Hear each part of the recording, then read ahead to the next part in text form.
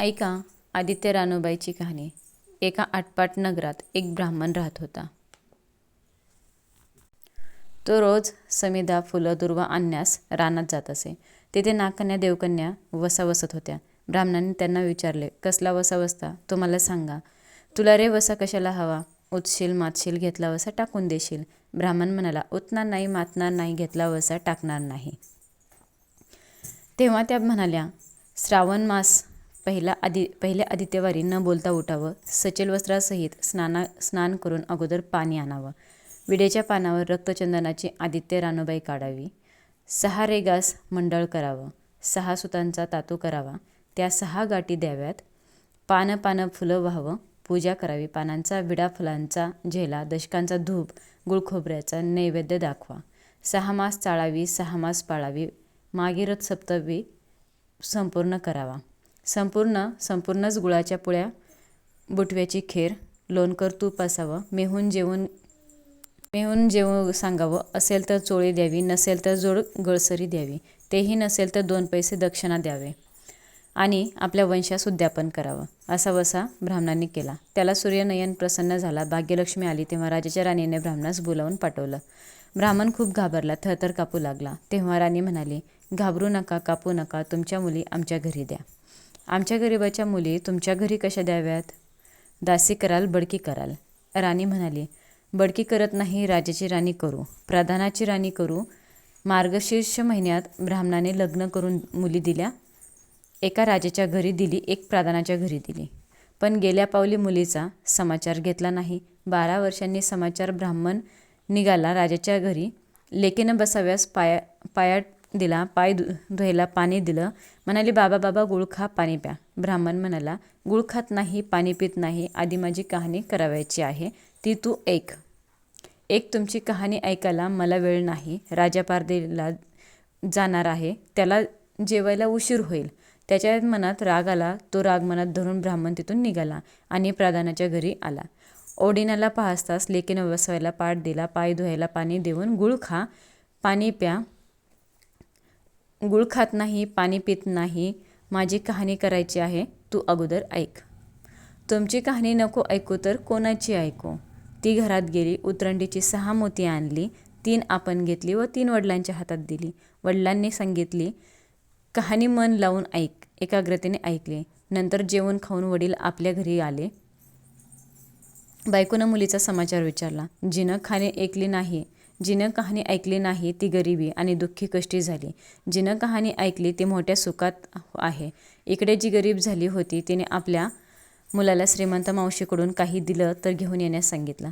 पहिल्या आदित्यवारी पहिला मुलगा उठला. तळ्याच्या पाळी जाऊन उभा राहिला. तेथे प्रधानाच्या दासी होत्या. प्रधानाच्या राणीला जाऊन सांगा की तुमच्या बहिणीचा मुलगा आला आहे. कसा आला आहे? काय आला आहे? फाटकं नेसला आहे, तोटकं पांघरला आहे, तळ्याच्या पाळीला उभा राहिला आहे. परसदारानं घेऊन या. परसदारानं घेऊन आल्या.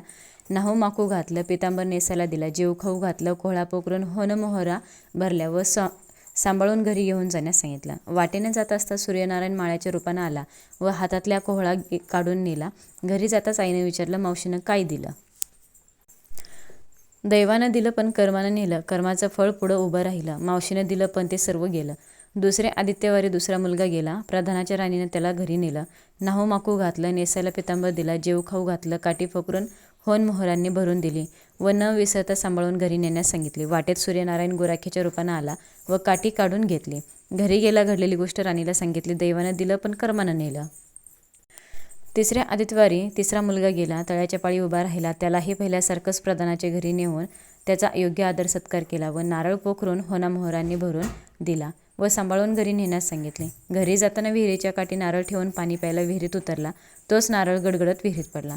घरी जाऊन आईला म्हणाला, आई ग, मावशीनं दिलं पण दैवानं ते सर्व बुडालं.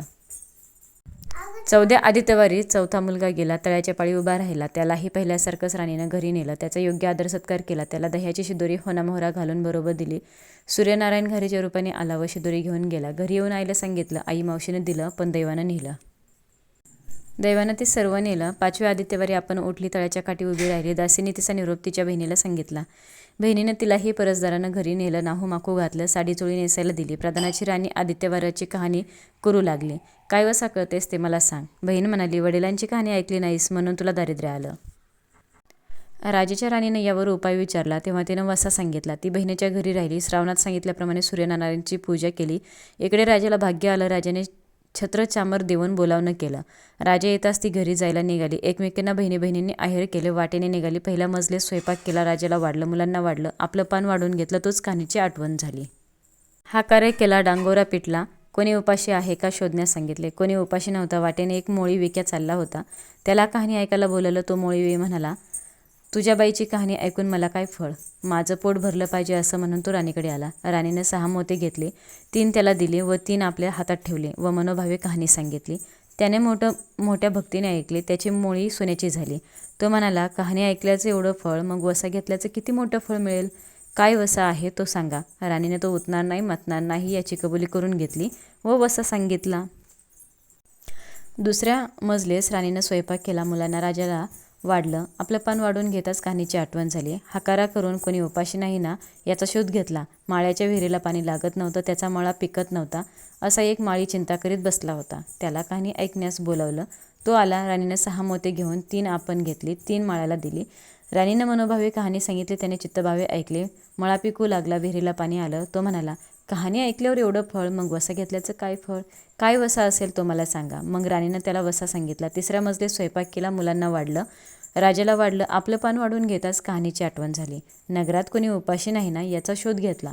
एक म्हातारी व तिचा मुलगा वनात गेला होता. एक डोहात बुडाला तर एक सर्पानं खाल्ला म्हणून ती चिंताक्रांत होऊन बसली होती. तिला कहाणी ऐकण्यास बोलावलं. राणीने तिला पहिल्याप्रमाणे कहाणी सांगितली. तिची 2 मुलं आली. कहाणी ऐकण्यास एवढं फळ, तर वसा घेतल्याचं फळ मोठंच असणार. तेव्हा वसा सांगण्यास सांगितले. मग राणीने तिलाही वसा सांगितला. 4थ्या मजल्यात स्वयंपाक करून मुलाला राजाला वाढलं. आपलं वाढून घेताच कहाणीची आठवण झाली. कोणी उपाशी नाही ना याचा शोध घेतला. कानाडोळा माणसाचा गोळा, हात नाहीत पाय नाहीत असा एक मनुष्य रस्त्यामध्ये होता. त्याच्या अंगावर तांब्यावर पाणी ओतलं. पालता होता तो उताना केला. 6 मोते होती. 3 मोते त्याच्या बेंबीवर ठेवली. 3 मोते आपण घेतली. राणीने सांगितलेली कहाणी त्याने ऐकली. त्याला हातपाय आले. देहदिव्य झाला. त्यानेही राणीस वसा विचारताच राणीने त्यास वसा सांगितला. 5व्या मुक्कामास घरी स्वयंपाक केला. सूर्यनारायण जेवायला आले. 7 दरवाजे उघडले. लोह घंगळ पाणी तापवलं. षडस पक्वानं जेवायला केली. सूर्यनारायण भोजनास बसले. त्यांना पहिल्या घासाला केस लागला.